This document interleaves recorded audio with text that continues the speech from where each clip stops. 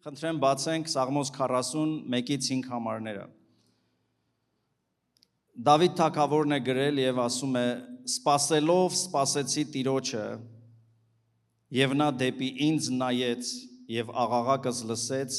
եւ ինձ հանեց կորստի հորից եւ տիղմյոտ ցեխից եւ վեմի վրա կանգնեցրեց ոտքերս եւ գնացքս հաստատեց։ Եվ նոր երկ դրեց իմ բերանում մեր Աստծո օրհնությունը, շատերը կտեսնեն եւ կվախենան եւ Տիրոջը կհուսան։ Երանի այն մարդուն, որն իր հույսը Տերն է շինում եւ ամբարտավանները եւ ստության հետևորդներին չի դառնում։ Շատ են քո հրաշքները, որ դու արել ես Տեր, եւ քո խորհուրդները մեր վրա են, ոչ ոք քեզ հավասար չէ, կպատմեի, կխոսեի նրանց մասին, բայց համրանքից շատ են»։ Հրաշալի խոսքեր են։ Անգլերենում մեկ այլ թարգմանության մեջ ասում է սպասեցի Տիրոջը։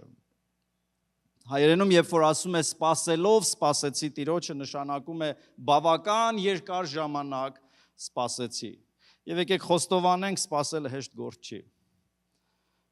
Երբեմն հատկապես երբ որ դու շտապում ես ինքդ, երբ որ դու նպատակ ունես շուտ հասնելու, անգամ խաչմերուկի կարմիր լույսը թվում է հավիտյան է։ Բայց 90-ից 120 վայրկյան է մի կարմիր լույսը։ 90-ից 120 վայրկյան հիմնական լույսերի փոխվելու ժամանակը այդքան է։ Եվ ես չէի կարող հավատամ, երեք հատուկ ստուգել եմ, ասեմ, բան չի, մեկ որ կանգնում ես կարմիրի տակ, ուզում ես տիրիտ գնացեք, թողեք անցնեմ, որովհետև թվում է, որ դու հավիտյանը տեղ լրված ես։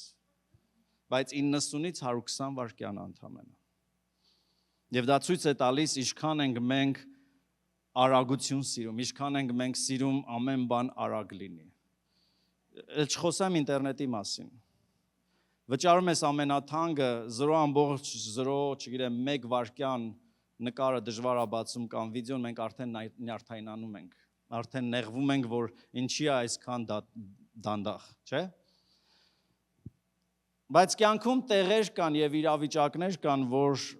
երևի մի քիչ երկար ենք մնալու։ Եվ հետաքրքիր է, որ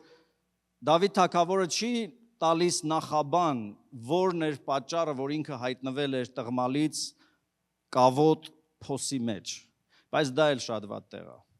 Եթե երբևէ եղել ես ցեխոտ տեղ, ցեխն ինքն իրանից տհաճ է, բայց կավի մեջ երբ որ մտնում ես, ոտերը ծանրանում է, չէ, դառնում է կպչուն եւ սղլիկ է, կարող է 2 քայլ առաջ գնաս, սղաս ու հետ գնաս, ինքը նկարագրում է, որ այդպիսի վիճակում է հայտնվել։ Փոսի մեջ էի։ Բայց շատ կարևոր բան է ասում, ինչ ենք անում մենք այդպիսի ժամանակներում։ Մենք շարունակում ենք վազել, մենք շարունակում ենք ջանք անել դուրս գալու, բայց Սաղմոս 2-ն ասում է, ես սպասելով այդտեղ, պատկերացնում եք, փոսի մեջ, որտեղ կավ է, ցեխ ու ջուր է, որտեղ հավանաբար քո ուժերով չես կարող դուրս գալ, ինչքան էլ խուճապի մատնվես, ես ուզենաս դուրս գաս, բայց երևի չես կարողանալու դուրս գաս։ Եվ երբեմն մենք իրավիճակներում ենք հայտնվում, որ շարժումներ ենք անում, զբաղված ենք, մեզ թվում է, քանի որ շարժման մեջ ենք դուրս կգանք։ Բայց իրականում Տերն է հանողը։ Ասա Տերն է հանողը։ Իրավիճակներ կա հոգեբանական, ֆիզիկական, նյութական փոխհարաբերությունների, որ միայն Տերը կարող է հանել։ Չգիտեմ, եղել ես իրավիճակներում, որ ինչ գիտես փորձում ես։ Սովորաբար ես շատ ուշ եմ give up անում։ Ես միշտ վստահություն ունեմ, որ մի ձև կա, մի դուր կբացվի, եւ մի քանի անգամ կյանքիս մեջ եղել է, որ հասկացել եմ, որ եթե Տերը չհանի, եթե Տերը չգա, եթե Տերը չշարժվի, այս վիճակը չի փոխվելու, վախենալու տեղ է։ Բայց Դավիթը նկարագրում է իր տեղը, որ այդպիսի կավոտ ու տեղմոտ ու խավար տեղ էր, բայց ասում է սպասելով սպասեցի Տիրոջը, եւ նա դեպի ինձ նայեց։ Գիտեք, կա Տիրոջը դեպի մեզ նայելու ժամանակ։ Տերը անպայման նայելու է մեզ։ Տերը խոստացել է, որ մեզ չի թողնելու երեսի վրա։ Երեսի վրա նշանակում է, չէ, ընկանք, լացում ենք։ Տերը չի ասում, չես լինի այնտեղ, ասում է, չեմ թողա քեզ այնտեղ։ Բայց երբ նրա ողորմությունը կհասնի մեզ բարձրացնելու, դա կապ ունի մեր սպասելուց, եւ մենք պետք է սպասենք Տիրոջը, որովհետեւ սպասելու մեջ Տերը մեզ հետ գործ անում, Տերը փոխում է մեզ։ Դեպի ինձ նայեց եւ աղաղակս լսեց։ Եվ սա մեծ հույս է, որ Տերը նայի մեզ եւ մեր ձայնը լսի, որովհետեւ վախենալու է ավելի, երբ որ թվում է ոչ մեկը մեզ չի տեսնում, ոչ մեկը մեզ չի լսում։ Նորից, երբ որ հայտնվում ենք միտեղ ու թվում է, որ ոչ մեկը մեր տեղը չգիտի ու ոչ մեկը մեզ չի լսում, դա շատ վախենալու է։ Բայց ինքն ասում է, երբ որ ես սпасեցի Տիրոջը, սпасելով երկար սпасեցի Տիրոջը, նա դեպի ինձ նայեց ու աղաղակս լսեց եւ ինձ հանեց կորստի փոսից։ Կորստի փոսը նշանակում է այդ փոսը հենց դրա համար էլ կար, որ քեզ վերջնական ջախջախեր։ Բայց այնտեղից, որտեղ դու հավանաբար պիտի կործանվես, Տերը ի վիճակի է քեզ հանել տիղմոտ ցեխից եւ ոչ միայն հանել, ասում է նա հանեց եւ իմ ոտքերս դրեց ժայռի վրա ու իմ գնացքս հաստատեց, այսինքն վստահ եղավ, որ այդ ցեխից կամ տկարությունից կամ թույլությունից նորից չեմ սահի եւ ընկնի։ Եվ բերանիս մեջ երգ դրեց, նոր երգ, մեր Աստծո օրհնությունը, եւ շատերը կտեսնեն ու կվախենան եւ Տիրոջը կհուսան։ Գիտեք, Տերը մեզ ոչ միայն խորը տիղմոտ տեղից հանում է, Տերը մեզ պինդ տեղ է դնում, Տերը մեզ հաստատուն տեղ է դնում, այնպիսի մի տեղ, որ այլևս չի շարժվի։ Եվ սա բոլոր կյանքի բնագավառներին վերաբերվում է։ Երբ որ Տերը մեզ հանում է, սիրելիներ, հիշեք, նա մի ուրիշ սխլիկ տեղ չի դնում։ Երբ որ Տերը հանում է, մեզ մի հատ ուրիշ վտանգավոր տեղ չի դնում։ Տերը մեզ մի փոսից չի հանում, որ ընկնենք ուրիշ փոսի մեջ։ Եվ սա քեզ նշան է հասկանալու, արդյոք Տերը հանեց, թե դու ճողոպրեցիր, այդ փոսից արագ դուրս գաս իբր թե։ Եվ այդ փոսերը տարբեր են։ Մեր բոլորի կյանքի մեջ տարբեր փոսեր են հայտնվում։ Բայց երբ որ Տերն է հանում մեզ փոսից, որովհետև մենք կանչել ենք իր անունն ու սпасել ենք իր ձևերին, իր կամքին եւ իր ժամանակին, Տերը մեզ հանում է, որպեսի ժայռի վրա դնի։ Ոչ միայն ժայռի վրա, ասում է, որպեսի քո գնացքդ, ընթացքդ հաստատ լինի։ Այսինքն դու նորից չընկնես։ Եվ բերանիս մեջ երգ դրեց, ոչ թե սովորական մի երգ, այլ Աստծո օրհնության երգը, որից թշնամիները վախեցան։ Շատ կարևոր է, Աստված ուզում է, որ իր երգը քո շուրթերից չպակասի։ Որովհետև Աստծո գովաբանությունը մեր շուրթերի վրա վախենալու է թշնամու համար։ Երբ ենք մենք գոհանում, երբ որ վստահություն ունենք Աստծո վրա, հավատքից է ծնվում գոհությունը։ Դրա համար չարը ամեն ինչ անում է, որ գողանա մեր սրտից գոհությունը։ Մենք մենակ խոսում ենք խնդիրների մասին։ Մենք մենակ խոսում ենք, թե տղմալից փոսը ինչ վախենալու էր, կավը ինչ պինդ էր, հոտը ինչ վատն էր, բայց Տերն ասում է, նո, ես ուզում եմ քո բերանի մեջ դնեմ Տիրոջ գոհության երգը, որովհետև դա վախեցնում է թշնամիներին։ Մի դադարի գոհանալուց, սովորություն սարքի գոհանալ։ Երբ որ մենք չենք գոհանում, մենք սկսում ենք տրտնջալ։ Անցյալ կիրակի խոսեցի մեր հոգևոր զենքերի մասին, հիշում եք։ Զենքերից մեկը մեր գոհությունն էր, գոհություն Աստծուն, գոհություն մարդկանց, որովհետև դա մեր սիրտը առողջ ապահում։ Երբ որ մենք դադարում ենք գոհանալ, հանկարծ մենք սկսում ենք մեր կյանքի խնդիրները միայն տեսնել ու վատը տեսնել, մարդկանց մեջ վատը տեսնել եւ փնովել, բայց դա մեզ տանում է ավելի խորը խավարի մեջ։ Երանի այն մարդուն, որ նա իր հույսը Տերն է դարձնում։ Գիտեք, մենք կարող ենք դառնալ երանելի։ Այն պահին, երբ որ իմ աչքերը, իմ ամբողջ ակնկալիքները դառնում են դեպի Տերը, Աստծո համար, Աստծո աչքին այդ պահին ես դառնում եմ երանելի։ Գուցե դեռ բան չի փոխվել, բայց երբ որ իմ ամբողջ ներաշխարհով ես հասկանում եմ, որ նրան եմ սпасելու, Տիրոջից է գալու իմ օգնությունը, նա է իմ վիճակը փոխողը, եւ իմ ամբողջ հույսը, ապավինությունը, հենարանը Տերն է, ասում է երանելի է այդ մարդը։ Ամբարիշտների ու ստության հետևորդներին չի դառնում։ Այսինքն այն պահին, երբ որ մենք սկսում ենք իրապես հուսալ Աստծուն, մենք ամբարիշտներին, անօրեններին չենք նայում։ Ինչ կապ ունի ամբարիշտներին կամ անօրեններին նայելը ու Աստծուն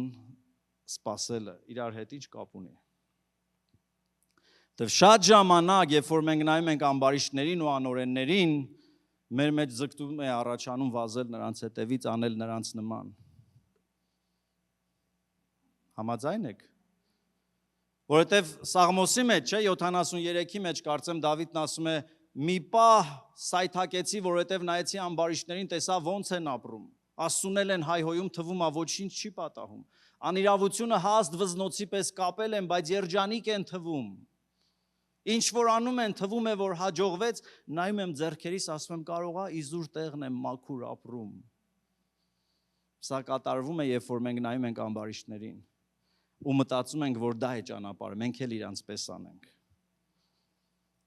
Բայց նույն Սաղմոս 2-ն ասում է, բայց երբ որ մտա Աստծո սրբարանը, երբ որ մտա Աստծո ներկայության պատուհանից նայեցի, հասկացա, որ նրանք շատ սղլիկ, սահուն, վտանգավոր տեղեր են։ Դրա համար այստեղ ասում է Երանի այն մարդուն, որի հույսը Տերն է եւ նա չի նայում ամբարիշտներին։ Մենք ուզենք չուզենք սիրելիներ, ամեն օր մեր շուրջ ամբարիշտներ կան։ Մեղքը ամենուր մեր շուրջն է։ Մենք մեղավորներ չենք։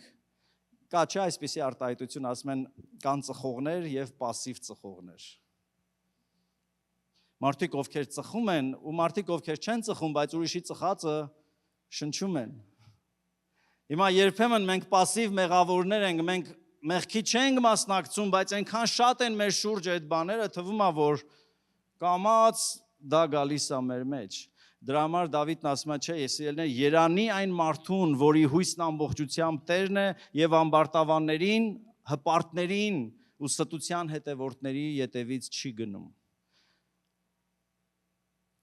Գիտեք, երբեմն թվում է ամբարիշտների կամ ստության որդիների հետևից գնալը կարճ լուծում է, բայց նորից մեզ փոսի մեջ է տանելու։ Բայց Տիրոջ նպատակը մեզ ժայռի վրա դնելն է։ Եվ հետո ինքն իրեն մի կարևոր հայտարարություն է անում, որ հույս ունեմ մենք բոլորս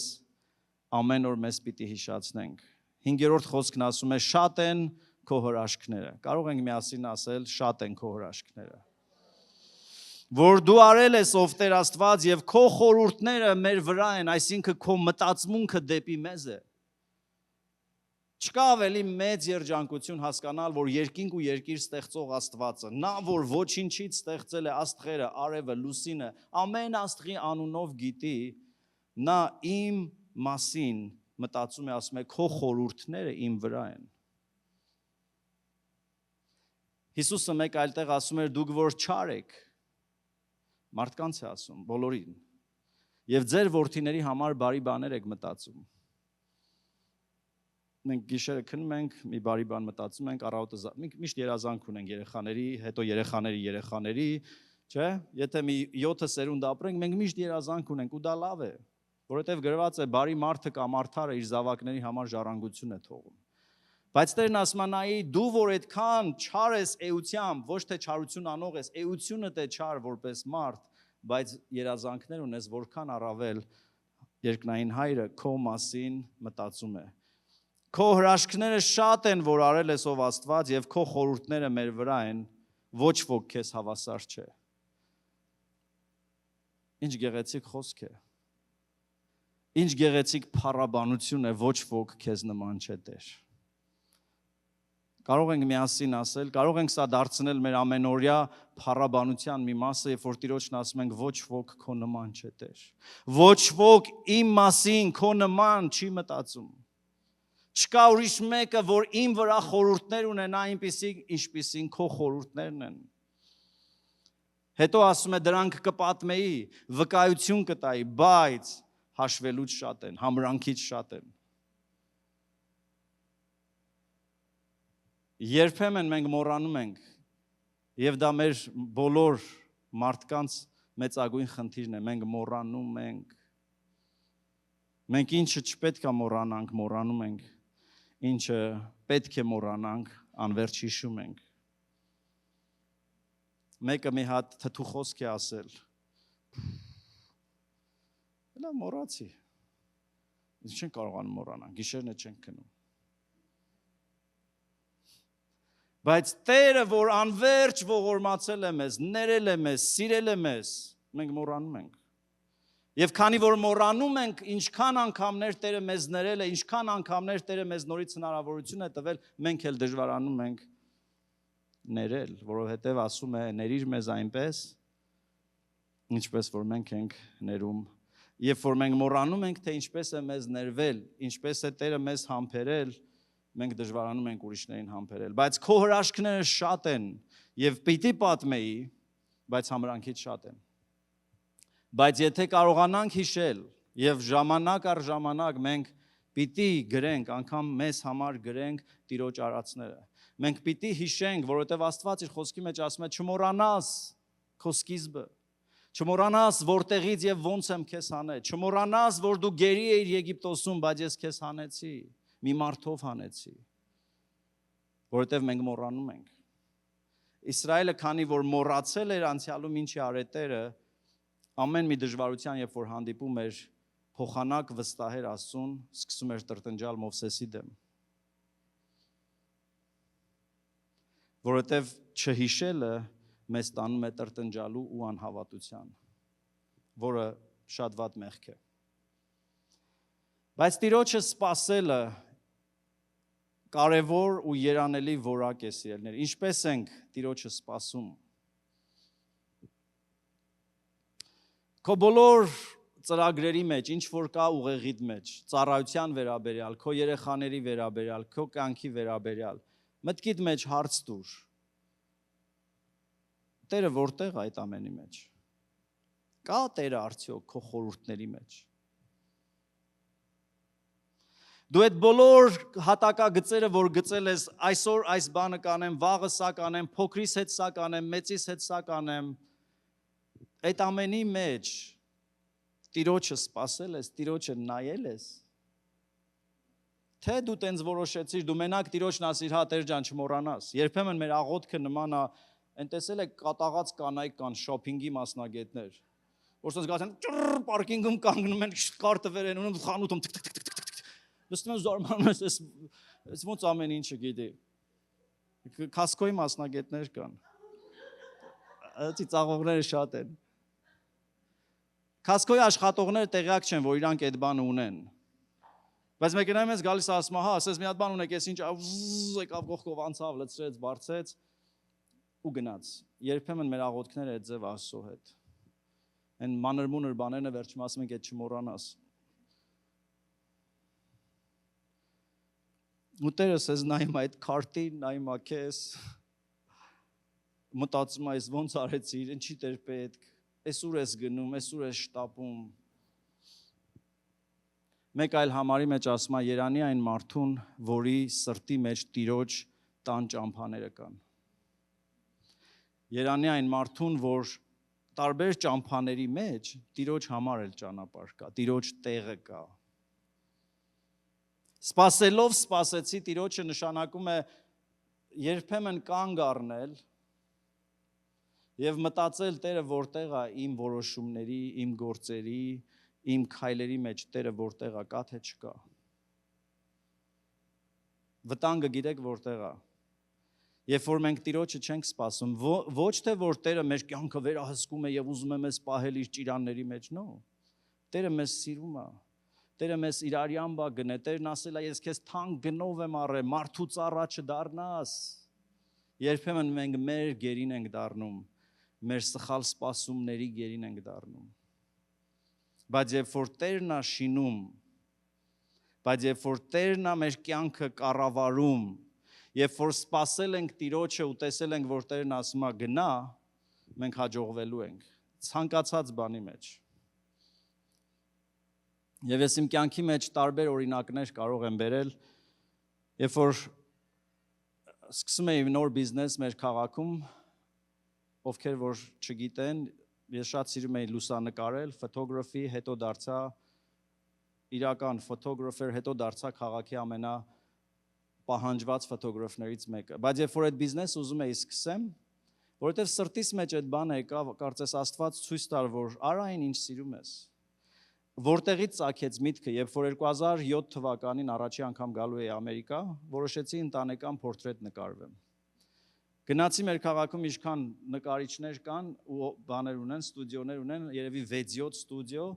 եւ ոչ մեկի նկարածը պիտանի չէր, մեկը մի քիչ օքեր, մնացածը թափել եմ։ Ու ես մտածեցի, այս քաղաքը երևի հիմա 80-90 հազար բնակիչ ունի։ Լավ, մի մասը փող չունեն, հավես չունեն, բայց եթե մի 1000 հոգի կա, որ նկարի փողն ինչա, կարատա, բայց ուզում ան նկարվել, որտեղ է գնում, տեղ չկա։ Ու ես մտածի, որ ես եմ անելու դա, այդ պակասը ես եմ լցնելու։ Երբ որ եկա առաջի անգամ Ամերիկա, մի քանի $100 ունեի եւ ինձ համար մի հատ կամերա առա, գնացի եւ երբ որ ուզում էի սկսեմ այդ գործը, որովհետեւ ամեն բիզնես ռիսկ է, չէ՞, մենք չգիտենք կհաջողվենք թե չենք հաջողվի։ Ինչ ենք անում։ Ինչպես ենք սպասում Տիրոջը։ Ես աղոթեցի, Տերը ինձ մի խոսք տվեց, շատ հետաքրքիր էր։ Իսահակի պատմության մեջ Իսահակի պատմությունը, ովքեր որ չգիտեն, գրված է, որ Իսահակի ժամանակ իր կյանքում եկավ մի ընթացք, որ երաշտ սկսվեց, այսինքն չորություն այնքան, երբ որ երաշտ է ոչ մեկի այգու մեջ պտուղ չկա սովորաբար, չէ՞։ Երաշտի դեմ բան չես կարող անել։ Եվ գրված է Իսահակը որոշեց ուրիշ տեղ գնալ, ուրիշ քաղաք գնալ։ Բայց Տերը գիշերը հայտնվեց, ասեց չգնաս, այս երկրի մեջ ցանի ու ես քեզ կօրհնեմ։ Ու գրված է Իսահակը ցանեց եւ այդ տարին 100 անգամ ավել հնձեց, քան ուրիշները։ Եվ դա գերբնական հաջողություն էր, որովհետեւ երաշտի տարում ոչ մեկի այգում ոչինչ չի դուրս գալի, Իսահակի մոտ 100-պատիկ պտուղ կա։ Այդ համարը Տերը ինձ տվեց։ Հետո մտածեցի, լավ գնամ խորհրդակցեմ, որովհետեւ խորհրդակցելն էլ լավ է։ Առակացն ասում է խորհրդականներով Աստված պատասխան է տալիս։ 3 հոգևոր ֆոտոգրաֆներ կային, որոնք տասնյակ տարիներ երևի մեր քաղաքում այդ գործն արել էին։ Գնացի 3-ի մոտ էլ, նախ իրանցից արդեն երևաց, որ իրանք հոգնած են։ Եթե գնում ես խորհուրդ հարցնելու, գնա խորհուրդ հարցրու հաջողակ մարդկանցից, ովքեր այդ ճանապարհը հաջողությամբ անցել են։ 3-ն է ասին, աղբեր, մեռած գործը, այս որ թիվն է, մարդիկ հետաքրքրված չեն, ոչ մեկը չի ուզում փող տա, բայց ես իմ սրտի մեջ ավելի շատ, ինչքան սպասեցի Տիրոջը, այնքան այդ համար ինձ համար կենթանի դարձա, որ դու արա, ես քո հետ եմ։ Եվ արեցի, եւ կարճ ժամանակ հետո ամբողջ քաղաքի երիտասարդությունը ձգտում էր, որ իմ մոտ նկարվի։ Հետաքրքիր փաստը, շատ ուրախացա, այս տարի երբ որ գնացի Հայաստան, մտա բանկ, հայկական հաշիվ էի ուզում բացեմ մեր քաղաքում եւ հերթի մեջ սպասում եմ, այտենց շարքի մեջ նստած եմ, այդ աղջիկը որ նստած է, զգում եմ անընդհատ ինձ է նայում։ Լավ նայում է, կարող է միտեղ գիտի։ Հետո երբ որ մոտեցա իրան ասավ կներեք, դուք Արմանն եք, ասի, ասում դուք Zoom ստուդիայի Արմանն եք, ասում հա, ասում վայ ժամանակ ես երեխայի դպրոցը նոր պրծել էի, մեր ամբողջ դասարանով ամեն օր ուզում ենք գանք ձեր մոտ նկարվենք ու շատ եք նկարվել, կարող է ինչ չհիշեք։ Մինչև մի ասում եմ հեռախոսի մեջ ձեր ստուդիայի համարը կա եւ այլը կա։ Եվ ես ուրախացա, որ այդ գործը դեռ 10-15 տարի հետո հիշվում է։ Երբ որ մենք սպասում ենք Տիրոջը, սիրելիներ, եւ Տերն ասում է, օքեյ, ոչ մի բան ու ոչ մեկը չի կարող խանգարել։ Եթե չենք սպասում Տիրոջը, Սուրբ Գիրքն ասում է, եթե Տերը չշինեց,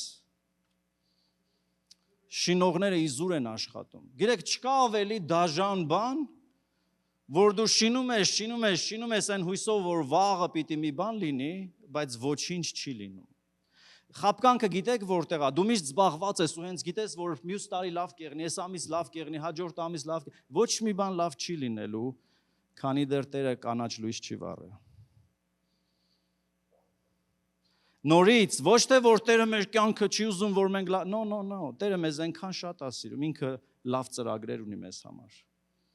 Դրա համար, սիրելիներ, ամուսնության հարց ունես, սպասի Տիրոջը։ Շատ ժամանակ մեր որոշումները իմպուլսիվ են, մեր որոշումները սենց պորտկում են, ինչի, որովհետև տենց եմ ուզել։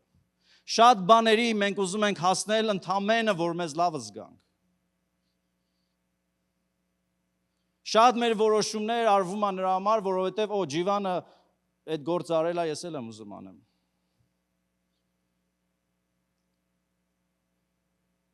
Սպասի Տիրոջը։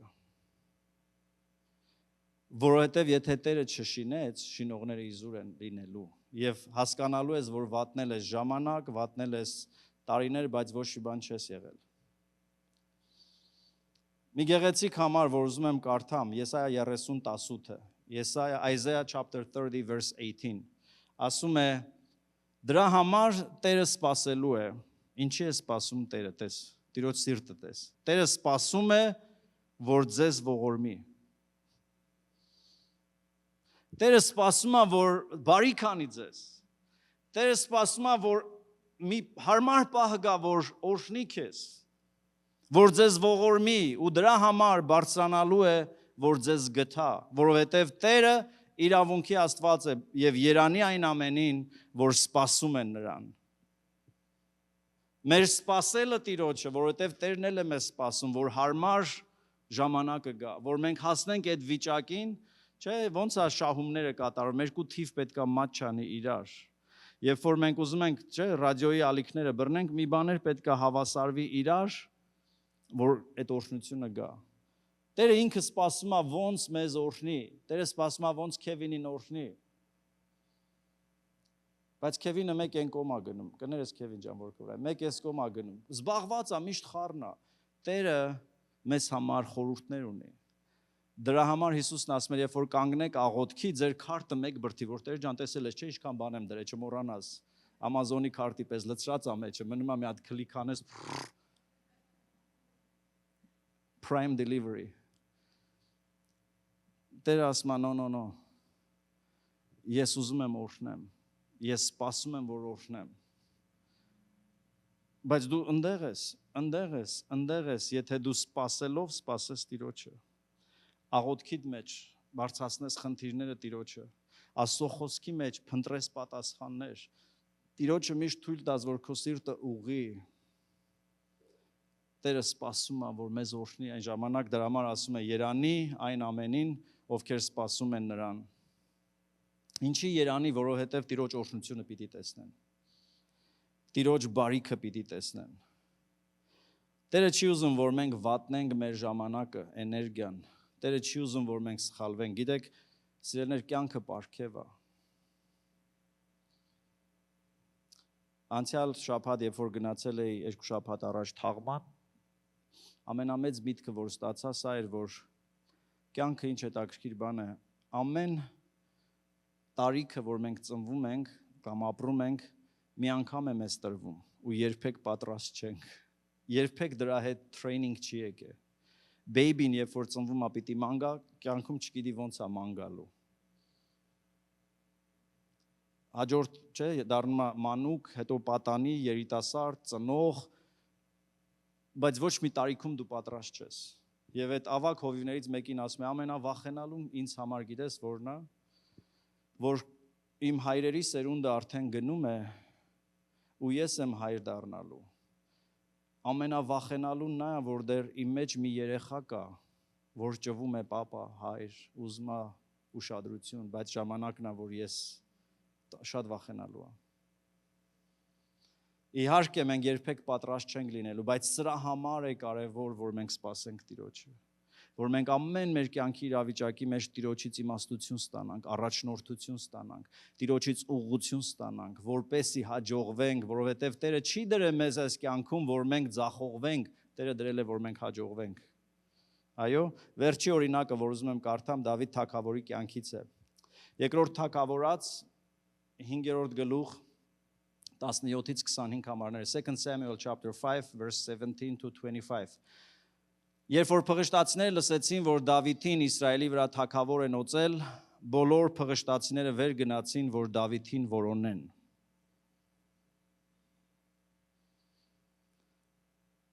Երբ որ թշնամին լսեց, որ Դավիթը դարձել է թագավոր, ինչ արեց։ Իր ամբողջ ուժը հավաքեց, եկավ Դավիթի հետևից։ Երբ որ սիրելիներ Աստված մեզ օծում է մի հատ նոր գործի համար, ծառայության համար, ընթացքի համար, մի զարմացի, երբ որ ամեն ինչ քո դեմ դուրս գա։ Երբեմն դա լավ նշան է։ Աստված Դավիթին դրել է թագավոր, ամբողջ փղշտացիները հավաքվել են ինչ անելու, Դավիթին կործանելու։ Որովհետև եթե Դավիթը մնաց թագավոր, Իսրայելը օրհնվելու է։ Եթե Դավիթը մնաց թագավոր, Աստծո գործը ազգերի մեջ շարունակվելու է։ Երբ որ Աստված քեզ կանչում է, երբ որ Աստված քեզ օրհնում է, երբ որ Աստված քեզ վերցնում է իր ձեռքի մեջ, զգուշ եղի, որովհետև թշնամին բանակ է կանգնեցնելու քո դեմ։ Բայց սա պատմության վերջը չէ։ Եվ բոլոր փղշտացիները վեր գնացին, որ Դավիթին որոնեն։ Երբ որ Դավիթը սա լսեց, իջավ բերդը, եւ փղշտացիները եկան, տարածվեցին Ռափայնոց հովիտում, Եվ Դավիթը Տիրոջը հարցրեց եւ ասեց. «Վեր գնամ փղշտացիների դեմ, նրանց իմ ձեռքը կմատնես, թե չես մատնի»։ Եվ Տերը Դավիթին ասեց. «Գնա, որովհետև փղշտացիներին անպատճառ քո ձեռքն եմ մատնելու»։ Այն ժամանակ Դավիթը Բաղփարասի գնաց եւ Դավիթը զարկեց նրանց այն տեղում եւ ասեց. «Տերն իմ թշնամիներին իմ ձեռքով պատառեց, ջրերի պատրվածքի պես»։ Դրա համար այդ տեղի անունը Բաղփարասին ասվեց։ Եվ փղշտացիներն այնտեղ գցեցին իրենց կուրքերը եւ Դավիթը եւ իր մարդիկ առան նրանց։ Եվ այսքանը առայժմ Դավիթը թագավոր է դարձել։ Գիտեք, թագավորի այն ժամանակվա թագավորների գործերից մեկը կռվելն էր։ Ամեն թագավոր զորք ուներ։ Ամեն թագավորի գործը իր դեմ ապստամբությունները պատժելն էր։ Եվ թվում է, թե ինչ կա հարցնելու Աստծուն։ Բա իհարկե թշնամին քո վրա է գալիս, վեր կաց ջարդի։ Բայց Դավիթը Տիրոջը հարցնում է. «Դու ինձ զենքեր ես տվել, դու ինձ բանակ ես տվել, դու ինձ իշխանություն ես տվել, եւ ես իրավունք ունեմ կռվելու, բայց կռվեմ թե չկռվեմ»։ Ես չեմ ասում, որ օրինակ, եթե դու ծնող ես, եթե մայր ես, փոքր երեխաներ ունես, ամեն առավոտ պետք է արթնանաս, բնականաբար երեխաներիդ համար նախաճաշ ես պատրաստելու։ Կարիք չկա ամեն առավոտ հարցնես, հընտեր նախաճաշ պատրաստեմ, թե չպատրաստեմ։ Եթե կին ես, ամուսնուդ հանդեպ պարտք ունես կամ հակառակը, հարցերի կարիք չկա, բայց ընդհանուր բաց մնալ Տիրոջ առաջնորդության շատ կարևոր է։ Եվ այստեղ տեսնում ենք, հարցնում է, Տերն ասում է գնա, Դավիթը հարցակվում է եւ ակնհայտ է, որ փոքր թվով մեծ բանակ է ջարդել։ Բայց հետաքրքիրը հաջորդ մասն է։ Դրա համար այդ տեղի անունը կոչվեց Բաղփարասին, բայց այստեղ չի վերցնում, ասում է եւ փղշտացիները այնտեղ գցեցին կուրքերը փախան, հաջորդ համարն ասում է եւ փղշտացիները նորից վեր կացան։ Եվ Ռափայնոց հովիտում տարածվեցին եւ Դավիթը Տիրոջը հարցրեց եւ նա ասեց. «Վեր չգնաս, այլ դեպի նրանց ետևի կողմը դարձիր, թթենի հետևը թաքնվիր, երբ որ ես թթենիները շարժեմ, այդ ժամանակ կգնաս»։ Որովհետև այն ժամանակ Տերը քո առաջ պիտի դուրս գա եւ փղշտացիների բանակին զարկի, եւ Դավիթը այդպես էլ արեց, ինչպես որ Տերը հրամայել էր նրան, եւ փղշտացիներին զարկեց Գաբայից մինչև Գազեր։ Ով էր թագավորին դրել այնտեղ։ Գրածա Տերը, երբ որ Դավիթին դրեց թագավոր, փղշտացիները եկան։ Աստված Դավիթին չէր դրել, որ ձախողվեր։ Աստված քեզ չի դրել քո ընտանիքում, քո գործի մեջ, քո միջավայրում, որ դու ձախողվես։ Տերը մեզ բոլորիս սիրելիներ խոստացել է, դու գլուխ կլինես, բայց պոչ չես լինի։ Սա Աստծո ծրագիրն է մեզ համար, որ մեր եղած տեղում մենք գլուխ լինենք, ոչ թե պոչ։ Աստված Դավիթին դրել էր, բայց թշնամին գալիս է Աստծուն հակառակ միշտ։ Եվ Դավիթ առաջի անգամ հարցում է, Տերն ասում է գնաս զարկիր, երկրորդ անգամ նույն թշնամին է գալիս, երևի նույն տեղից։ Բայց Դավիթը գիտեր, որ Տիրոջն է սпасել պետք։ Իրա փորձառությունը չէր, որ անցած անգամ էլ էր սենց արեցի։ Մենք այնքան հակում ունենք անել այն, ինչ որ արդեն գիտենք անելու ենք։ Տիրոջը սпасել նշանակում է ամեն անգամ հասկանալ, որ Տերը գուցե նոր բան ունի։ Տերը գուցե նոր ծրագիր ունի, նոր մարտավարություն ունի, եւ Տերը Դավիթին ասում է. «Լսի, չգնաս, այս անգամ մնաս տեղ, եւ մենք ծրագիր ենք կազմում միասին թշնամուն պետքա շրջափակման մեջ գցենք»։ Ու Տերը ինքը մասնակից է, ասում է. «Ես թփերի հետևից, թթենու ծառի հետևից կգամ, երբ որ տեսնես ծառը շարժվում է, իմացի, որ ես եմ ու հարձակվի»։ Ու Դավիթը հաղթում է։ Սպասի Տիրոջը։ Ամեն մեծ որոշումներից առաջ սպասի Տիրոջը։ Մենք երբեմն վռազում ենք, որ ժամանակն անցավ։ Հիշում եք Սավուղը, որ առաջի թագավորն էր։ Մարգարեն ասել էր, կսպասես, որ գամ զոհը անեմ։ Սավուղը սպասեց մի քանի ժամ, 2 ժամ, 3 ժամ, հետո տեսավ ժողովուրդը ցրվում են, մտածեց, դե լավ զոհ էլի, նույն դանակն է, ես է կարամ անեմ։ Բայց հետո մարգարեն եկավ ասաց հիմարություն ես արել։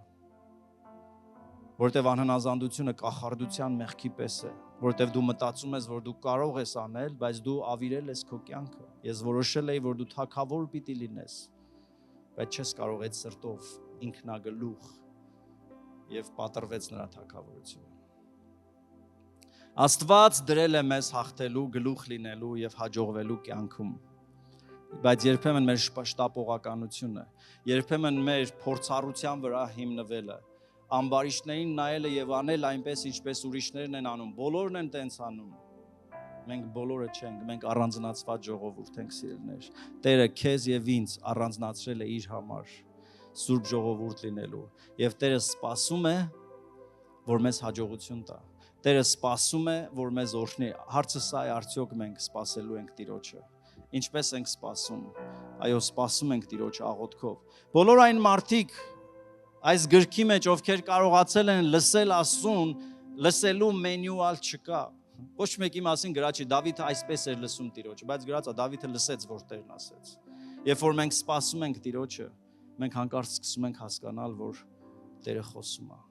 Մենք սպասում ենք այս խոսքի մոտ, մենք սպասում ենք այս խոսքով մեզ կերակրելով ամեն օր, մենք սպասում ենք լռության մեջ։ Մենք սպասում ենք հասկանալով, որ մենք երկրի վրա ենք, Աստված երկնքում է։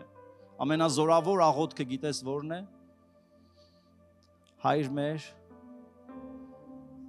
որ երկնքում ես։ Ու այդտեղ կարելի է մեծ պաուզա տալ ու սպասել։ Եթե դու ամեն օր քեզ հիշեցնես, որ նա երկնքում է, իսկ դու երկրի վրա, բայց նա երկնքում է, նա վերիցն է, նա կարող է, նա բարձր է, նա ուժեղ է, ու այդտեղ կարող ես հանգստանալ։